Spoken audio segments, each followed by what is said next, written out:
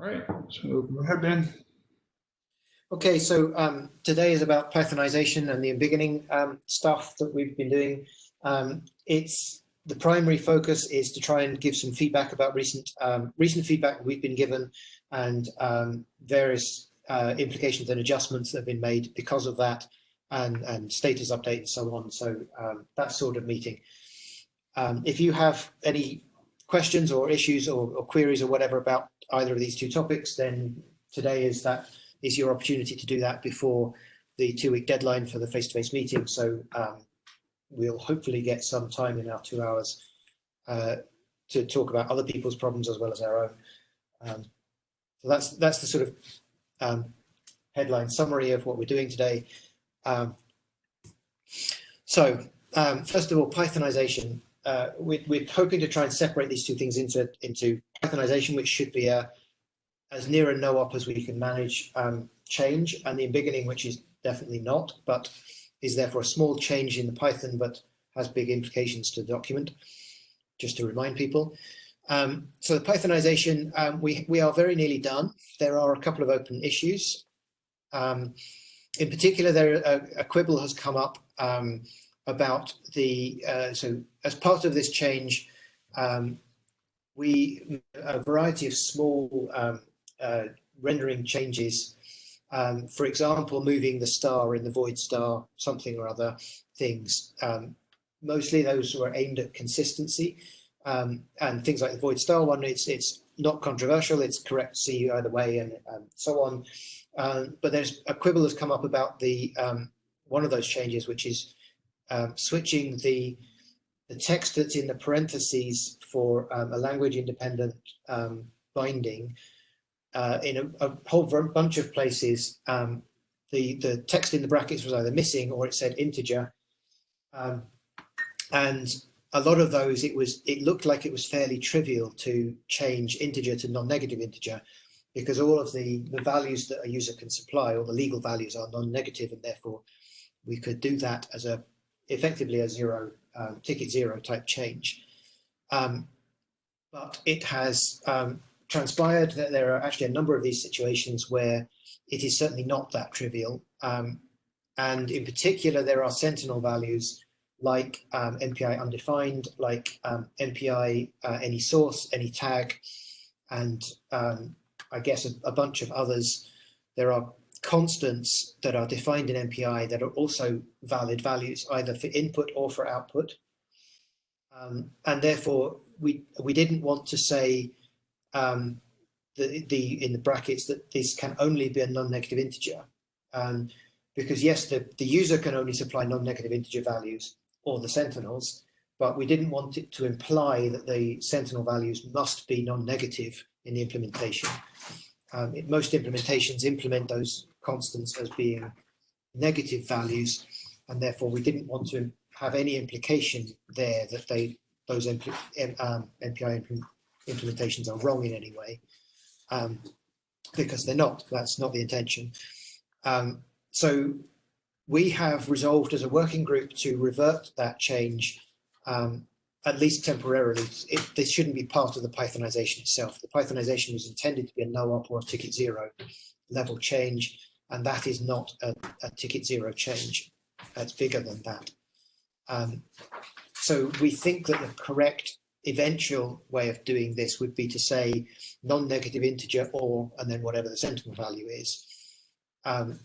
There is precedence for that in the standard. There's a particular bit where it gives you a list of all of the ranks, and then the union symbol and MPI proc null, meaning the valid value set for that particular situation is from 0 to size of the communicator -1 union proc null. And that's the way we should probably do it everywhere else. In the case of a MPI receive, that would be a union with MPI any source. But we're starting to get much bigger than a ticket zero change, and so we shouldn't do it as part of this Pythonization ticket. So that doesn't stop it being done. The resolution is that it should be done, but as a separate ticket, which could be errata or a full change, and it could target MPI 4.0. There is still time for that, or MPI 4.1. Either one's fine by us. That's, we have most of the work done for that because we've identified basically all of the situations where this occurs. So that work can be reused in that separate ticket. So we're not attempting to throw away all of the work that's been done by reviewers, figuring out whether this is valid or not, and when it isn't, it's not valid. But we want to separate these things out so that Pythonization goes back to being a ticket 0 change, and the other things like this are separate issues which can be voted on separately, and the controversy around it can be resolved separately from the controversy around Pythonization, should there be any.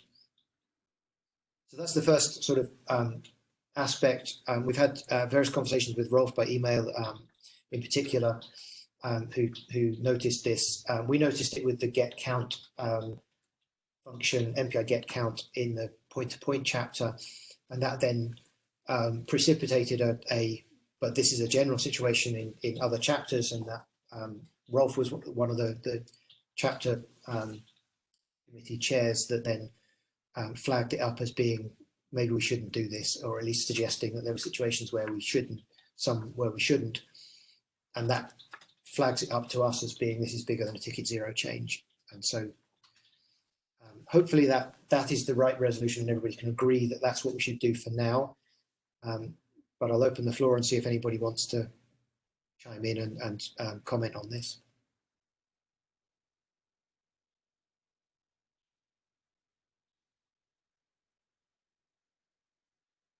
So either my audio isn't working or that's a lot less controversial than I thought it might be. No, what happened was that Wesley muted all of us.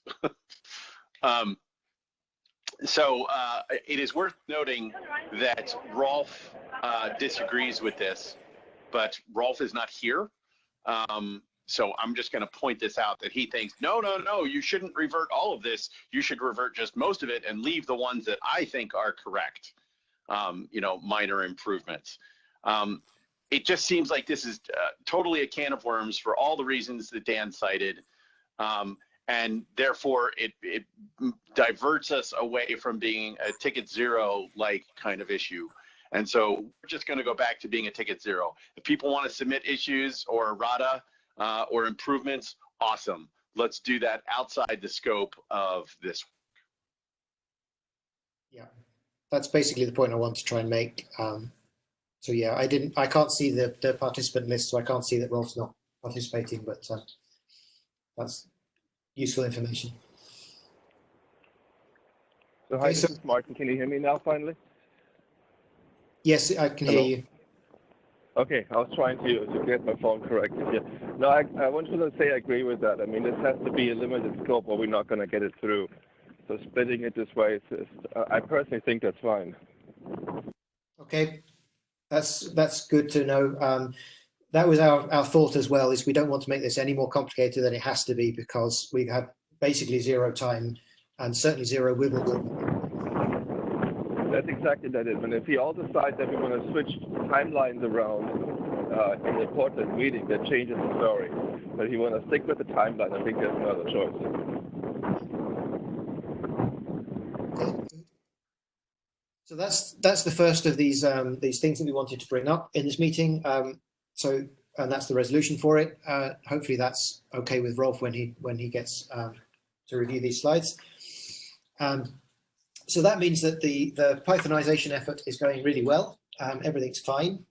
Nothing to see here. So we'll move along. So the beginning, making quick point, Dan. I want to thank all the chapter authors and the chapter committees for all their work in helping us push this through, because this really was a very large effort, and that we know a lot of people have spent time on it. So just wanted to say thank you, everybody. Yes, definitely reiterate that, second that. Yeah. That also goes for the beginning, reviewing that as well. Actually, the whole 3 sets of changes, Bill's consistency changes, the Pythonization stuff and the embiggening ones, all of those changes, that's a lot of effort that's been put in. Yeah, so we're all very grateful for the review effort that's been put towards that. So for the other side of this, the embiggening, there are a couple of open issues to be quickly summarized, as there are some problematic functions which we didn't really realize were problematic until this review actually happened. And we thought more deeply, more carefully about particular things, and then tried to look for other situations, other cases where that same problem occurred. And then we also noticed that the data type chapter hasn't been fully done, and so we actually need to go back and do some extra work there. So those are the two sort of areas that we'll go through each of those separately. So some problematic functions. So I noticed when I was doing the point-to-point chapter, and there are other instances of this, that there are problems when there is an out or an in-out parameter that needs to be made a bigger type. So MPI get count is one of these. It has an out parameter which is a count. In MPI 3.1 that is an integer, an int. And in MPI 4.0 we want to be able to have an MPI count version of that. So the problem is that sometimes this function can return MPI undefined, which is a Sentinel constant that is defined by MPI standard. It's in Annex A, it is said that it is an integer, an int, integer in Fortran, 4 bytes. And Fortran is a strongly typed language, and so we need to define how that the subsequent comparison is going to happen. So there is an issue that if you try and call this with an MPI count variable, and the MPI wants to return MPI undefined, which is a 4-byte quantity, some sort of conversion, some sort of upscaling needs to happen. And MPI needs to do the same upscaling as the user in order that the comparison will work. In Fortran, in C, the typecasting will be implicit, and as long as you use the same compiler, or the two compilers that have been used do the same thing, then the comparison will work accidentally, but we should probably be more specific. In Fortran, this is a real issue. You can't just do your big variable equals a small constant, because the Fortran compiler will complain that the types don't match. That's actually an error in Fortran. It's maybe a warning in C, but maybe not even that. So this has a number of possible ways of resolving it. We have chosen to go with this way of doing it, that we define how to do the upcast. So that means an extra sentence in there somewhere saying, being precise about how to do the upcasting to make the comparison work. So that both the implementer inside MPI and the user outside of MPI do the same operation to the constant, and therefore get the same result. If MPI intended to return undefined, the user knows they have done that. And that is the simplest and quickest.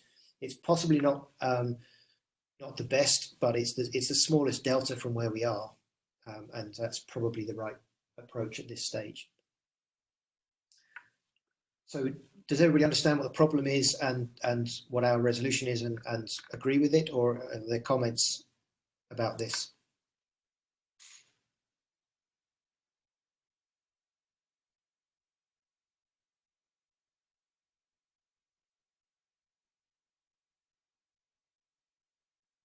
There's people talking to muted mics. Okay, good. I'm going to assume there's no controversy there, and move on. So what's next? So then there's the data type chapter hasn't been properly embiggened yet. So I think the Pythonization stuff has happened, but the types that are used haven't been made into the poly kind things in in the Pythonization. And so there's still some work to be done here to make this render correctly, as in get the right types for the embiggened polymorphic functions and so on. So we are doing that work this week. We have a plan to do that in the next couple of days. So hopefully by the time we release this, we announce this for the face-to-face meeting and the 2-week deadline, this work will be done. That's our intention, because otherwise we have to slip schedules or get no votes and things like that. And we want to avoid that. So that's the sort of top level issue. Again, there are some problematic functions within the data type chapter. In particular, there is the situation of there's a data representation callback, and there's a register function for those callback functions. And the whole lot needs to use bigger types. Currently it uses int count, and it needs to use MPI count. So that's the easy bit. But then you need to be able to register the new callbacks. So we need new types, new function pointer types to define the new signatures for the callbacks. And then we need a new register function, which will take those bigger or different pointer types, function pointer types. And so there's some work being done there. I think this is one of the few callbacks that needs to be done. I'm not sure that we've done callbacks anywhere else in the document. Have we? We've converted them all, but okay. Verification is up in the air because there's no actual specification about them anyway. There's just the C Fortran code. Yeah. There's no LAS or anything talking about them really. Yeah. So we will do this. We will make our best effort to do this. In particular, this one, we will make a best effort to do this, and then and hopefully we get it right first time.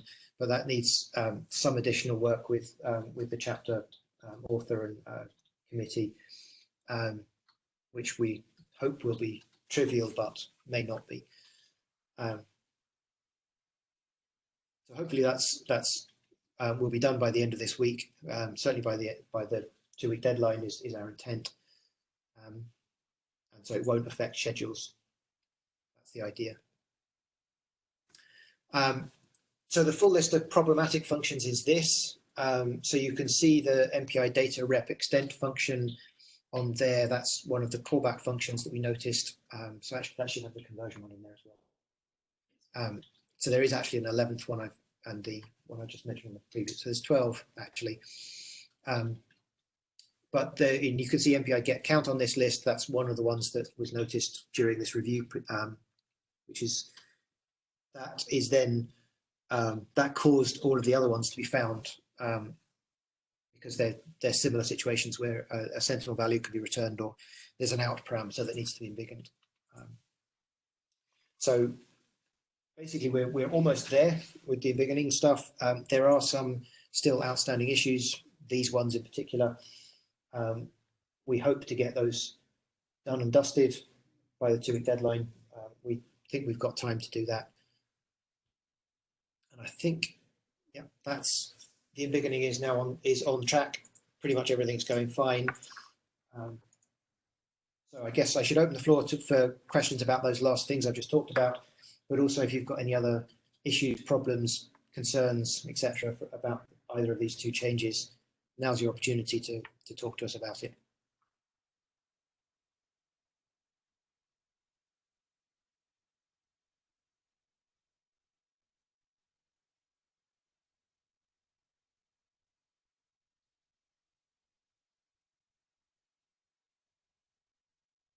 Silence means acceptance. Yeah. 23 minutes. If anybody's talking, you're talking to a mute button. Just be aware, we haven't heard anything you said. Yep.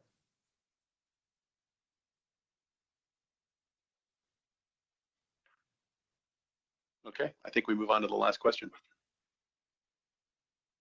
So in which case, yeah, we've got one more thing to ask about. Jeff has been doing various Git wizardry to try and keep the commit history for these changes under control somewhat, by doing squashing, Git squash fairly frequently. And there are actually two separate changes here. two types of commit that we've tried to separate out. So basically, the question is: should this be should these two things be combined into one pull request or made into two separate pull requests? Right. Yeah. So specifically, it's all on one Git branch right now because we couldn't do the embiggening without the Pythonization. But it turns out that the Pythonization and embiggening work were happening in parallel to each other. So the commits got intermingled. Several of the commit, like there's several embiggening commits that are standalone. They're just embiggening. But over the last 7 days in particular, there are some commits that are both Pythonization updates and embiggening combined into a single commit.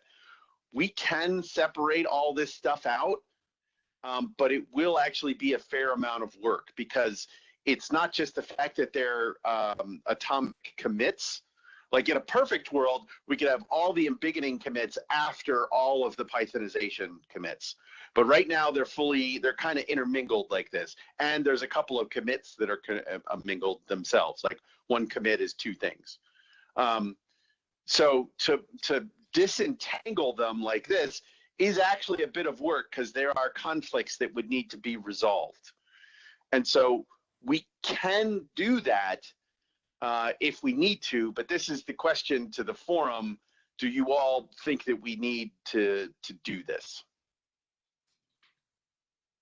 It makes it easier to review, but I can appreciate how difficult that would be in a time where you really need to be focusing on finishing the last few embiggening things. So I don't have a strong. Yeah, and the size. I mean, you hit it on the head there, Wesley. I mean, yes, in a perfect world, all the embiggening would be at the top and all the Pythonization would be at the bottom, and you could look at them fairly separately. But just the way that the work has evolved over time and the scope and just the number of the changes, to disentangle them really will add more work and the potential for more error. That's really the issue, is that if it was just rote work, you wouldn't even hear about this. We would go do it. But we're just worried about the chance of adding error in disentangling these. Mm-hmm.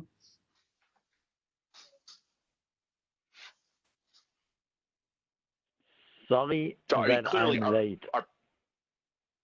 Oh, Rolf is here. Okay, well, we're going to go back. Yes. We will go back in a minute, but let's finish this question. Okay, good. Thank you. Our preference would be to leave it as it is, intermingled, and not introduce, not have the possibility of introducing more error.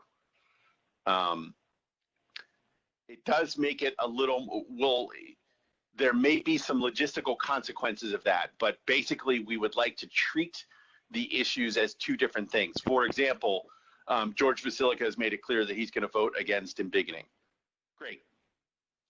But if we still have two separate votes for this, and if the forum says, yes, both Pythonization and embiggening wins, then the logistics of the Git semantics aren't as important. But if one of them wins and the other one loses, then we have some logistics that we'll need to figure out and go through. The issue is that there is still a discrete, the saving grace is that there is still a top-level Python switch.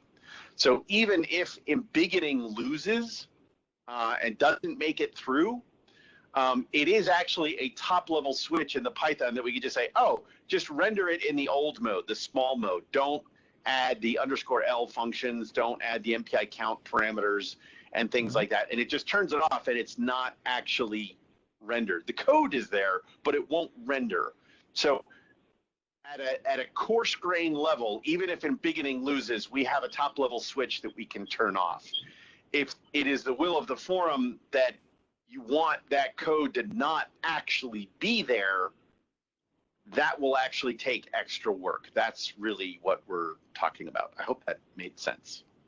And Jeff, I think we've had proposals in the past that had this, where there were 2 or 3 proposals that shared a pull request because logistically it was just very difficult to do anything else. So I think that's fine as long as we make sure all the right things are on the agenda and you can set up the votes properly. Okay. And stuff.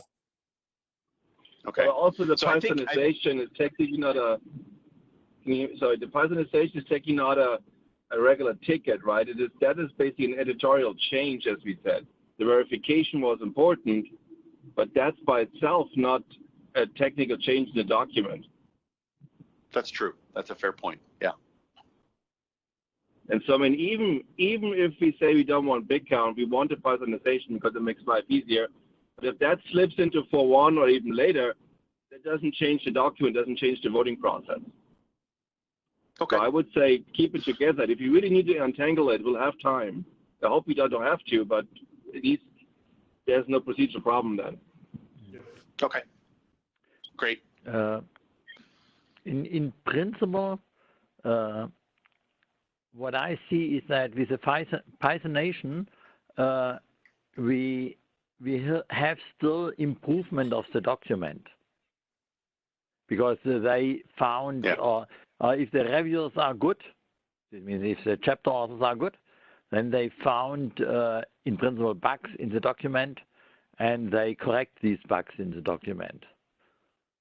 Well, hold on. I think that's what we're going to get back to now that you're here. We'll go back to an earlier slide on that issue. It is an improvement of the document for many different reasons, for mostly technical behind the scenes reasonings, that it gives better infrastructure to build and maintain the document over time.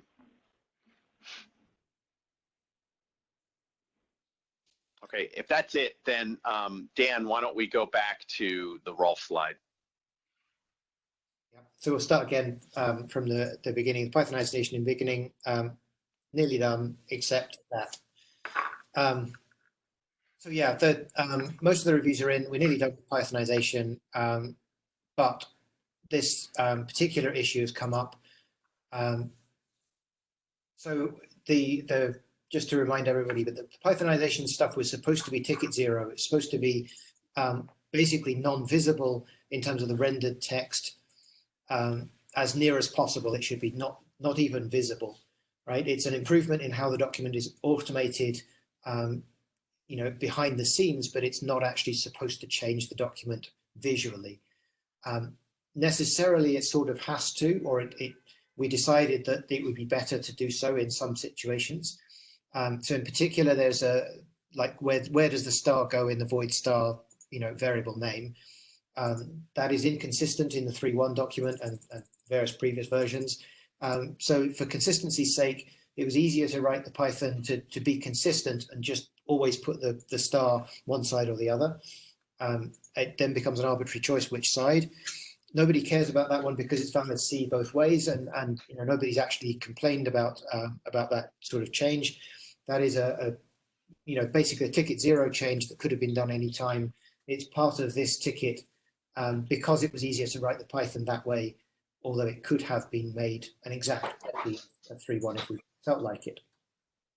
But there are other situations where, for consistency's sake, we have made changes have been made, which we considered to be a ticket zero change at the time, but there have been subsequent objections to, and these really indicate that they're not ticket zero changes, and therefore they shouldn't have been included in this. They could be done separately. That's fine, and we would encourage that to be done because the work has been done. So, but we don't really want that to be part of the Pythonization ticket because that's a ticket zero ticket, and anything bigger than that should be done separately as an errata or as a full change, targeting 4.0 or 4.1. It doesn't matter, but separate to this. Right. So the particular issue we're talking about here is that as part of the Pythonization, we changed in quite a few places the text that's in the parentheses from integer to non-negative integer. And in most situations, we thought that was going to be a ticket zero change. It is just as correct as the previous thing, and everything was fine. But it's then subsequently been noted that in some of those cases, it is valid to have a sentinel value as part of the value space. So what we mean by that is MPI any source, MPI any tag, MPI undefined, a bunch of others. It might be an input value, it might be an output value. In all of those situations, that extends the value space by one or more values. Those values are not specified in MPI, pretty much for any of those cases, I think. And what we wanted to avoid in this, our decision has been based on, we want to avoid the implication that those sentinel values have to be implemented as non-negative numbers. Most implementations use negative numbers in their implementation, and that is not wrong, and we should not try and imply accidentally that that's a wrong implementation. It's not. So the concern here is that by changing integer to non-negative integer, that covers all of the values that the user can supply as actual numbers, as you know, as literal numbers, but it doesn't. It then implies that the sentinel value should also be non-negative. That was never intended and shouldn't be done as part of this ticket. So we think that the right way of resolving this is probably to say that it is a non-negative integer or, and then whatever the sentinel value is. So non-negative integer or MPI any source, right? And then MPI any source could be non-negative or it could be negative, but it doesn't matter then when we're not trying to imply that the sentinel value should be non-negative. So that's the correct fix for this, but that's definitely well beyond ticket 0, or at least we consider that to be beyond ticket 0. The fact that this has caused any controversy at all means that this is a beyond ticket 0 change, and therefore that we should take it out of this particular pull request and do it separately. We need to do it, yes, that's fine, but we need to resolve the controversy as part of an errata ticket with an errata process, or as a full change ticket if we decide it's bigger than errata, but it's certainly not ticket 0. So that's the sort of reasoning behind our reverting this out of this particular pull request. We have a very limited timescale for MPI4. We want the Pythonization to go through smoothly. We shouldn't tie a bunch of things to it that are going to make it controversial, and so we should separate those out. So that's sort of our you know, what the issue we've come across, and our reasoning for resolving it the way we've proposed to resolve it. There is still time for an errata issue to go through the full process, and so I think that's the right way to do this. We certainly don't want to throw away the effort that's been put in by the reviewers. Indeed, we're very grateful for the amount of effort that's been put in to review Bill's changes and the Pythonization changes and the embiggening changes all at the same time. That is a lot of effort, and we don't ever want to make chapter committees do that again, or any portion of that again if we can avoid it. A lot of these instances have been identified now as part of that review process, and we have the information. The question is only how and when, what's the procedure to apply that to the document? And I think our suggestion that we discussed earlier in the call, for Rolf's benefit, we discussed separating those out into a separate issue, potentially more than one issue, but you know, separate from the Pythonization, and reapply those changes in a different procedure, an errata procedure. So that's sort of what we said before, Rolf, but when you weren't on the call. Now that you are on the call, do you have concerns, comments, suggestions, etc., based on what I've just said?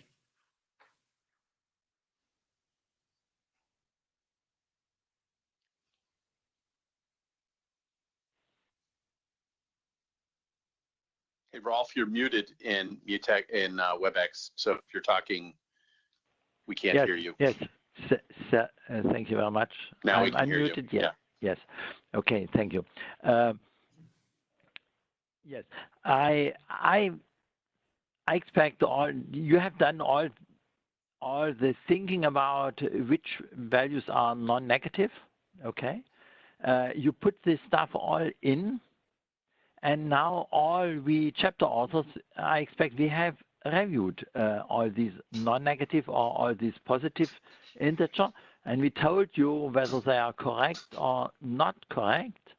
And I would say, in the moment, there is only a small additional control. What should be done is really to go through the document. We have only a few of these special values like MPI any source and so on, and where they can happen, and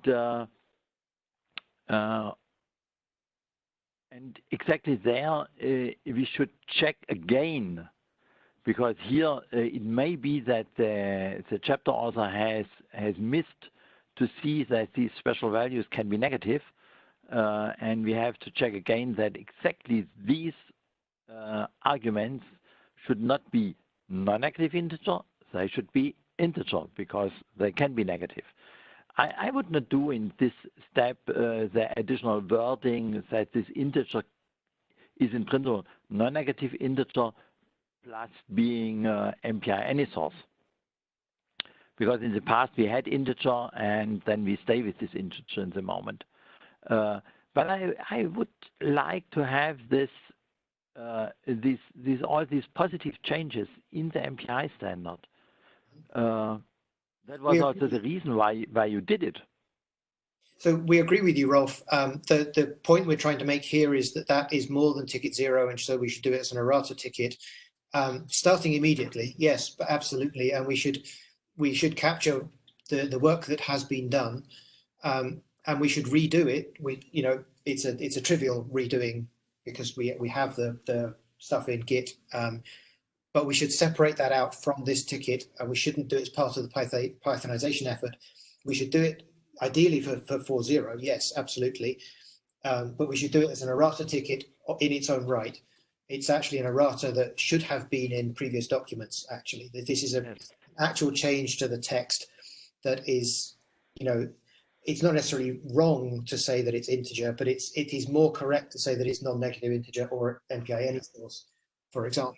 And it's more consistent. When I'm looking at my chapter, all the new routines, they have like MPI neighbor or something. All the MPI 3 routines, they have all this non-negative inside in MPI 3, and oldest routines they don't have it. And with the Pythonation everywhere the integer is coming. And now we have the problem, you write integer. In some routine, there is explicitly non-negative integer. Therefore, when you read integer, you think about, okay, it can be negative, 0, or positive. And this means the meaning is now changed, because in former times there was no information about that, not the word integer. Now you have the word integer, and now this word integer tells, okay, the whole world of integer, negative, positive, 0, but it's wrong, because in most cases it's non-negative integer. So in that situation, that's one of the things that we would be reverting in part of the Pythonization ticket, Rolf, and moving to a separate errata ticket. So if it... But you remove the integer. Yes. Remove the integer. In 3.1, if it did not have anything in parentheses saying integer, then we, as part of the Pythonization, we should not add it, because that's more than ticket 0. Oh, do it, but we should do it as part of an errata ticket where we can vote on it separately, and we can resolve whether it should be integer or non-negative integer or positive integer or whatever else, right? That controversy and that discussion is well beyond a ticket 0. okay. And we should do it as a separate. And we have time. When we have time for that, right? It would be worthwhile to alert people on this in the Portland meeting, so that people are aware of that, can go back and check their own chapter, and then we can do the errata in the June meeting, and it's still plenty in time for the original timeline. Yeah. Martin, the problem is now you ask the reviewers again to do the Pythonation reviewing, because now you completely change the Pythonation, because now we have to check whether the result of the Pythonation is identical to what it was before. And this means you double the review process. Rolf, let's not forget that we actually provided an automated tool for people to do review. Yeah, it didn't work on my system. I'm not surprised because your system is from approximately 1993 and you refuse to update. I can't help you with that, sir. You're an incredibly smart man. We can help. We can make the review tool if you want, but it's not. We do greatly appreciate all the work that all the reviewers have done, but it's not like we're committing them to 8 hours of review work. We're hopefully committing them to 15 minutes worth of another review to check the LIS types.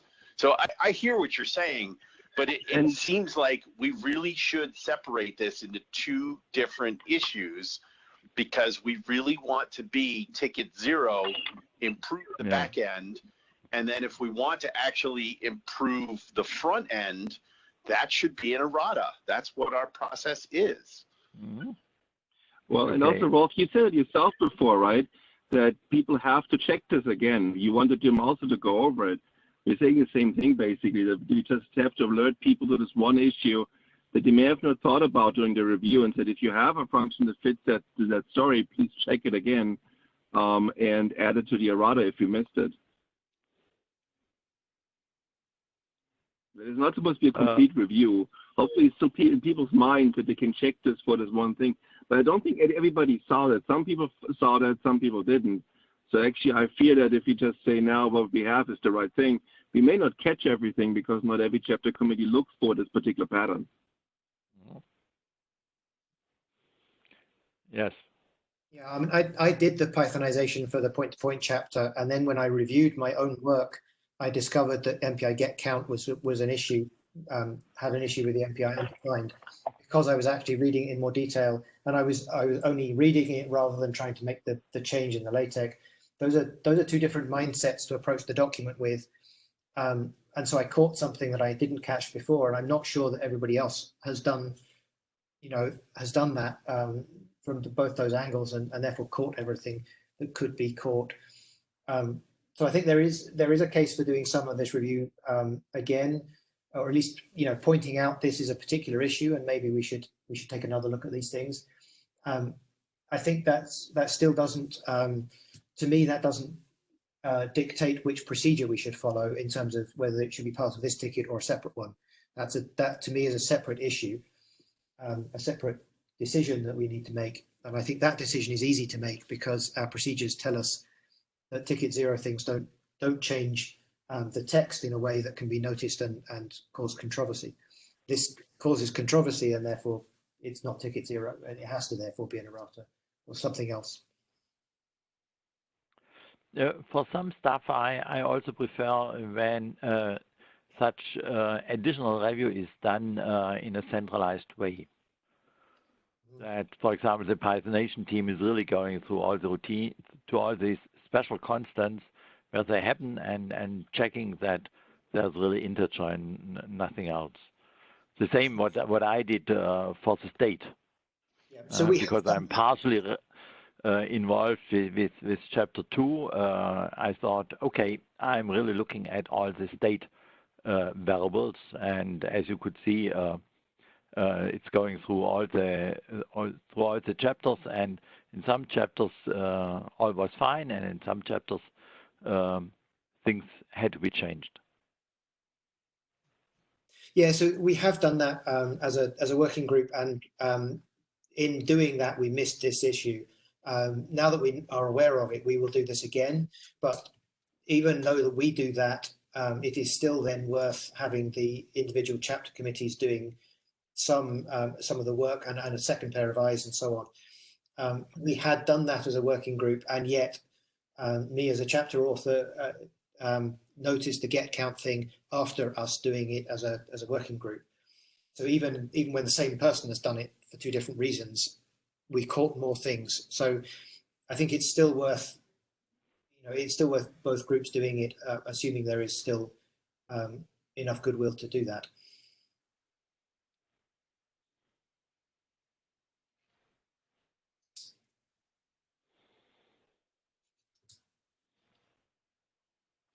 And it should be pretty limited, right? I mean, the amount of function we have to check is we can't exactly identify them, right? Yeah, I think there is about 8 of these constants, and so the reverse index lookup thing is easier. find out do those constants appear in your chapter anywhere? If so, where? And then, which functions does that sentence affect? That's probably the fastest way of finding which ones that could possibly be affected, rather than going through all the functions in your chapter. That's potentially a first. Right, exactly. Yes.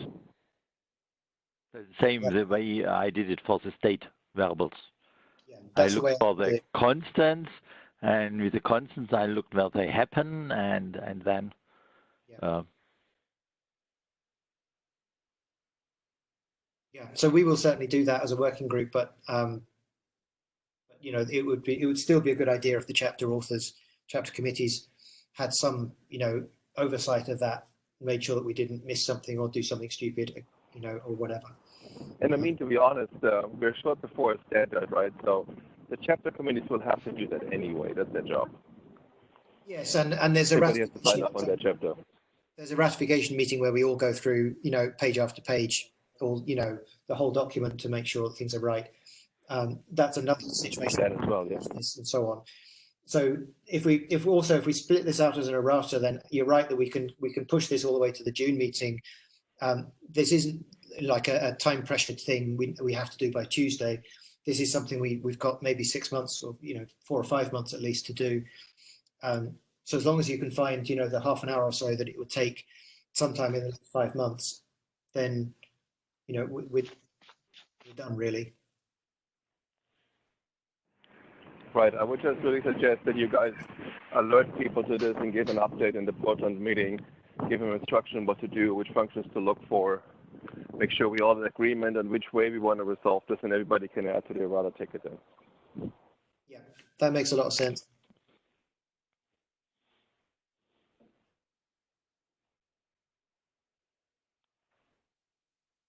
But for the errata ticket, it would be helpful when you have already the result of all the review we did now.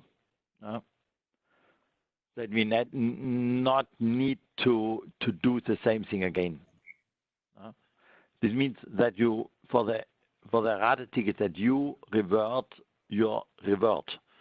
This means that in the moment you have all information. What you did before with all the non-negative and positive and so on, and then the reviewers told you, okay, please change this and that, and then you had in principle the nearly perfect solution, and now you revert it all back to MPI 3 in principle, and therefore this errata ticket should be issued in principle also by the Pythonation group, because they have already the nearly perfect result. So you actually said something very important there, Rolf. You said revert it back to MPI 3.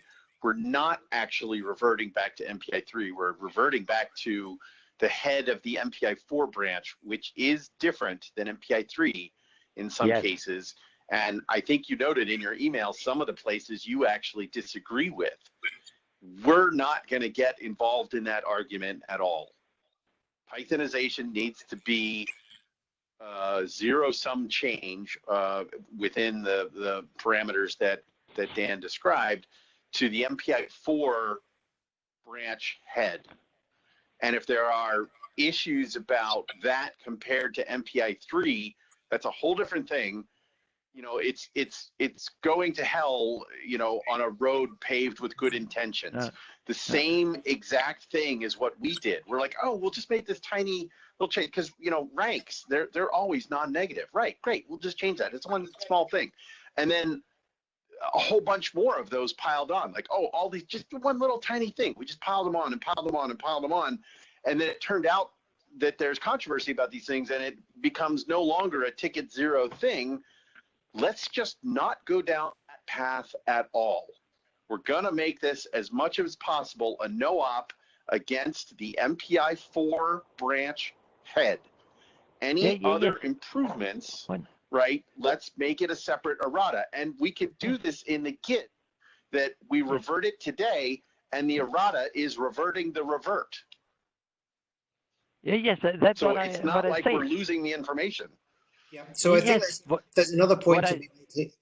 there's another moment. point here that Rolf said, which was that the errata should start out by reverting our revert. In other words, put the situation back to the way Pythonization was 48 hours ago. But then it actually needs to go further than that, because the chapter committees then told us particular instances where that wasn't right, where a change had been made that shouldn't have been made. And so we need to, I think what Rolf is trying to get at is that the errata should have one commit which brings us all the way forward to where Pythonization was 2 days ago with these changes, all of these changes. And then... Okay, I'm sorry, I misunderstood. I thought he was arguing the other way. My mistake. Sorry. Yes. But then that's what I want to have. Yeah, because what we actually want, the final situation we want is a partial reversion from whichever way round we want a halfway house. Yeah. So revert, and then all the other final fixes to make it perfect. That's lovely. Yes. Yes, exactly. I don't know if we have the bandwidth to do that. Rolf, if you want to drive, I don't know. We'll have to see who can actually drive that effort. I know Dan is really busy with sessions. We're very busy with this Pythonization and beginning. I don't know who can drive that. Just to be totally clear. Yes. That's the reason why I didn't want to have the revert, because then you have more work. And now you tell me, okay, and now we have a problem with the more work. Revert the revert is not a lot of work. The extra work is driving the rest of the reviews to get everything to be actually perfect, because right now it's not perfect, right? Yeah. And so that's what we want to avoid. And quite possibly we don't do this in Portland. We do it in whatever the hell is after Portland, I forget, because an errata is a one ticket, a one meeting thing, and so it doesn't even have to be done at this upcoming meeting. It can be done later. And trust me, it's not hell, it's heaven. Yeah, that was the point I was going to make, Jeff, is that we don't actually have a time pressure on this as anywhere near as much as we do for the Pythonization. The Git wizardry to do the revert and whatever is the errata ticket, that needs to be ready for the 2-week deadline for the June meeting, but not necessarily before. We need to get this to the point where we can announce it for an errata reading in June, but that gives us a couple of months to sort this out. The time pressure goes away a bit if we see it like that. We actually have a particularly large gap between the meetings this time, so we can do virtual meetings on this. We can actually prepare this, and people have time to review it in their time span. Yeah, when I understand correctly, then in principle you have two different lists of your definitions. One list of your definitions with a revert, and one list of the definitions that you send out for the review, plus all the changes that you got back by the reviewers. And are you able to maintain it in a way that you always can produce in principle the document Pythonation with a beginning, and Pythonation plus this errata, and Pythonation plus this errata plus a beginning. And Pythonation without a beginning, but with the errata you send out in principle for the review process. That's the input for the review process, but not perfect. And you send also out the PDF file with Pythonation plus errata plus a beginning. And my question is, are you still able to do this? Are you still able to do it with a very small switch somewhere in your software? Now we have it with the errata and without the errata. That would be great. Not with a switch in the Python, at least not yet. That could probably be done, but we have those states recorded in Git, because the situation as of about 48 hours ago is the Pythonization plus these changes without reverting the bits that you wanted to revert, without the partial reversion And the current situation in Git is Pythonization without any of these changes. So we've got those two easily. And then the beginning is just a switch in the Python. So you can take either of those two versions and switch the beginning stuff on or off. So we have the four states we're talking about. The chunk of work is going to be trying to figure out what the halfway house is, what this partial state between none of these changes and some of these changes. We have some of them and all of them. That's two states. We need the partial state in between. That's going to need actual input from people. Rolf, you've supplied us with a detailed list of which things need to be done in your chapter, but we need to get to that state. We need to get that information off of all of the other chapters, and we don't yet have that from other chapters. I think we have some of that for the point-to-point chapter, but not all of it. I wouldn't want to say that's complete. So that's where the work has to begin. But the starting point is definitely retrievable from Git as we stand today.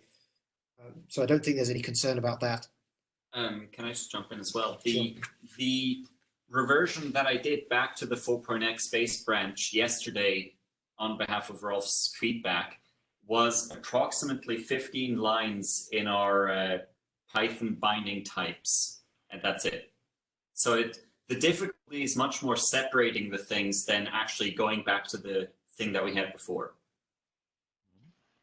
So the work from Rolf's feedback was that I needed to filter out which bits needed which kinds, which took effort, whereas switching the kinds equal later on is literally a 2-line change. Mm-hmm. This is one of the reasons why the Pythonization is such a fantastic thing to do to the document, is because things that used to be, hours and hours of work are now minutes of work because of the automation of the document.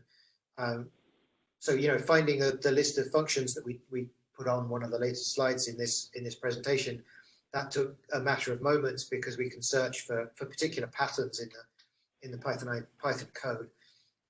So this is the amount of work to at least get the starting point for the errata is effectively trivial, and you shouldn't worry about it, Rolf.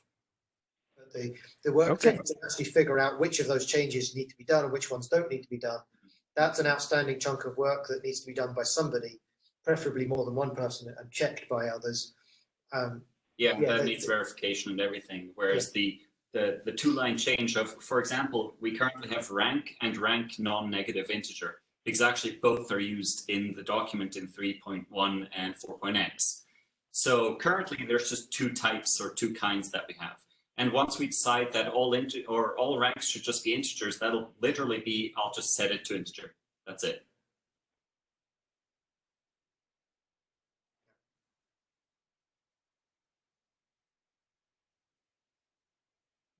You mean some ranks can be negative and some ranks cannot be negative?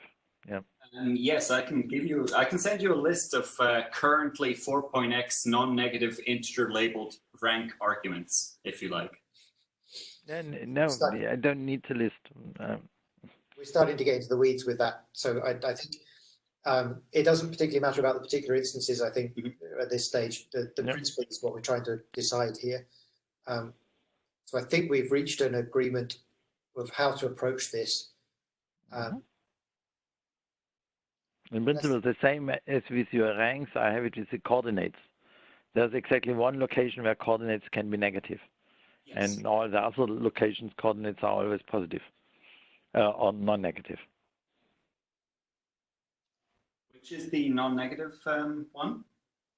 Coordinates. Coord is normally non-negative, and only with the routine MPI card rank, the input of coordinates can be negative.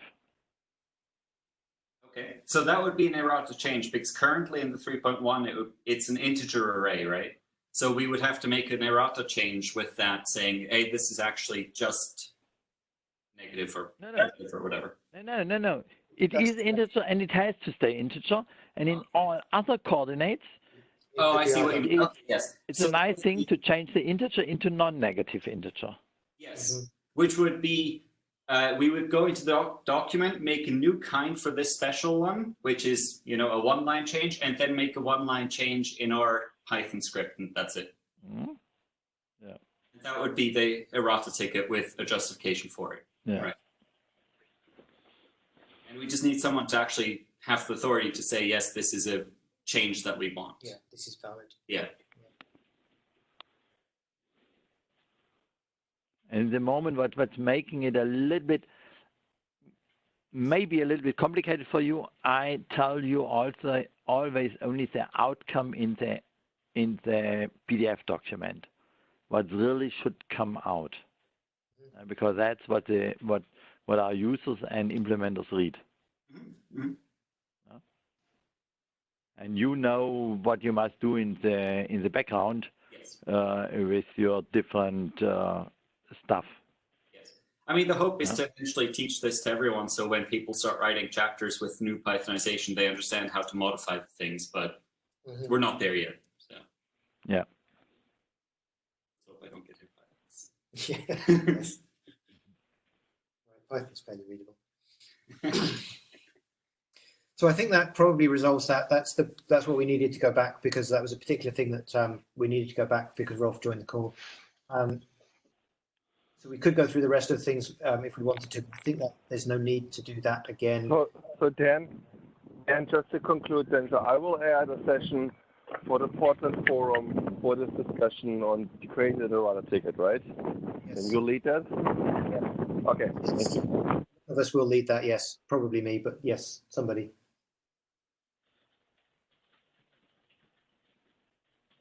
Sounds good. So I think unless there are other issues with either of these tickets, then I think we might be done now for today. Can you quickly? I just got Jeff's slides in my email. I was in and out of the room, but the list of problematic functions for large count. Can you go back to that? Oops. No, apparently. Yes. So the WinShared query is the one I'm curious about, because there was a discussion here at Argonne when reviewing this about the displacement unit argument in not only that function, but also window create, window allocate, window allocate shared.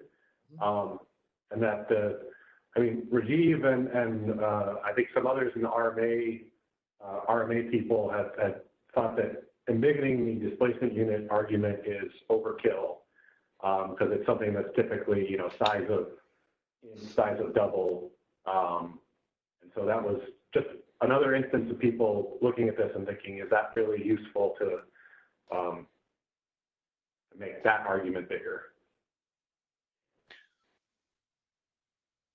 So I guess I don't know off the top of my head what that was embiggened to, but probably MPI aint, because it's referring to a distance in memory. Yeah, it's the size of it's the extent of a type. Good question. So I guess RMA doesn't deal with derived data types. Is that correct? So you probably, that disp unit is never going to be a really huge number because there's no good reason for it to be a huge number. But I think now is the only opportunity to update it if you want it. Right, so the size parameter is definitely something that you would want to have as bigger, right? And I'm just trying to figure out whether if there's another reason to upgrade that function at all, then now is the time to make that a bigger type as well, because we are only going to have one polymorphic function. Otherwise, you get into a nightmare of the combinatorial problem of which ones have been updated and which ones haven't. Yeah, I mean, I don't have specific. I'm just passing this information along. Rajiv had brought it up to me. I believe he even talked to Bill in the background on email about it, and they were in some sort of agreement. So maybe just add those functions to the problematic list, and maybe follow up, or I can get more information and add it on to the ticket. If you could email us with the ones that you had discussions about like that might be problematic, or you've got queries or questions about, concerns about, send that to us, or at least add it to the errata ticket when that's created, which we haven't yet created it, obviously, because we only just decided. But Can I make a quick editorial note on here? So what Dan is showing on his slide is 10 functions. In the slides that I sent out, there are 11, because while Dan was talking, we realized we forgot one. So there's a new number 2. Data rep conversion function. So if you're looking at these on your screen, you see 11, but what Dan is showing on his screen is 10. Dan, actually, if you hit escape and then just display again, it'll refresh and show the 11. I only say this because there's a recording. There you go. See, there's the 11. And if someone is looking at this recording versus what was sent out, there's a minor discrepancy. That's all. So okay, yeah, I'll email you guys with what we discussed here, and so we can at least further the discussion. okay, thanks. I think we're done. No, I don't understand what are the problems with these functions. So we went through that separately. So there's in particular the get count one. So there's a slide about the get count one. The MPI get count function can return MPI undefined in certain circumstances. There are a bunch of circumstances where that can happen. And in Fortran is a strongly typed language. In Annex A, MPI undefined is said to be an integer in Fortran, which is 4 bytes, or at least integer, whatever that is, in Fortran. So if you call the MPI count variable in the count parameter here, then MPI is trying to return a 4-byte quantity in an 8-byte thing, and the user is going to then attempt to do a comparison between their 8-byte MPI count variable and the 4-byte constant defined by MPI. The Fortran compiler will complain bitterly because that breaks the strongly typing. So we need to say explicitly how that should be upcast so that the comparison can work, such that MPI upcasts it correctly so to give the right value back, so that when the user upcasts it the same way, the comparison actually works. This is, it was noticed during that, and then there's a bunch of others. A lot of those others fall out by just looking for this pattern in the Python, and you end up with that list of functions that we've come up with there. They're all basically this pattern of an out parameter that where the out parameter is embiggened. So we potentially need to look at this sort of pattern. So it may be that some of those aren't actually problematic, but we haven't decided yet because we only discovered that a few hours ago. Or at least we discovered that there are other instances of this pattern just a few hours ago. This problem was discovered during the review of the point-to-point chapter, which was some time ago. So that's sort of where we got to that list. If Ken and others have other functions where they've got queries or concerns, then we should definitely look at those as part of the subsequent effort.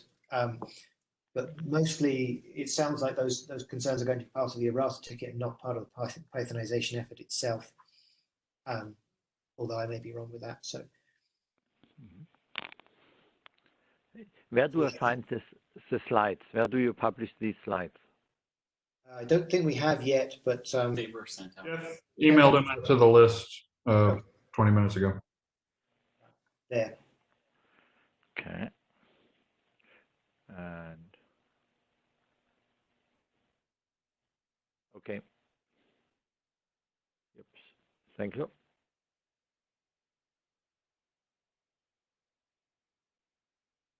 So anything else for today?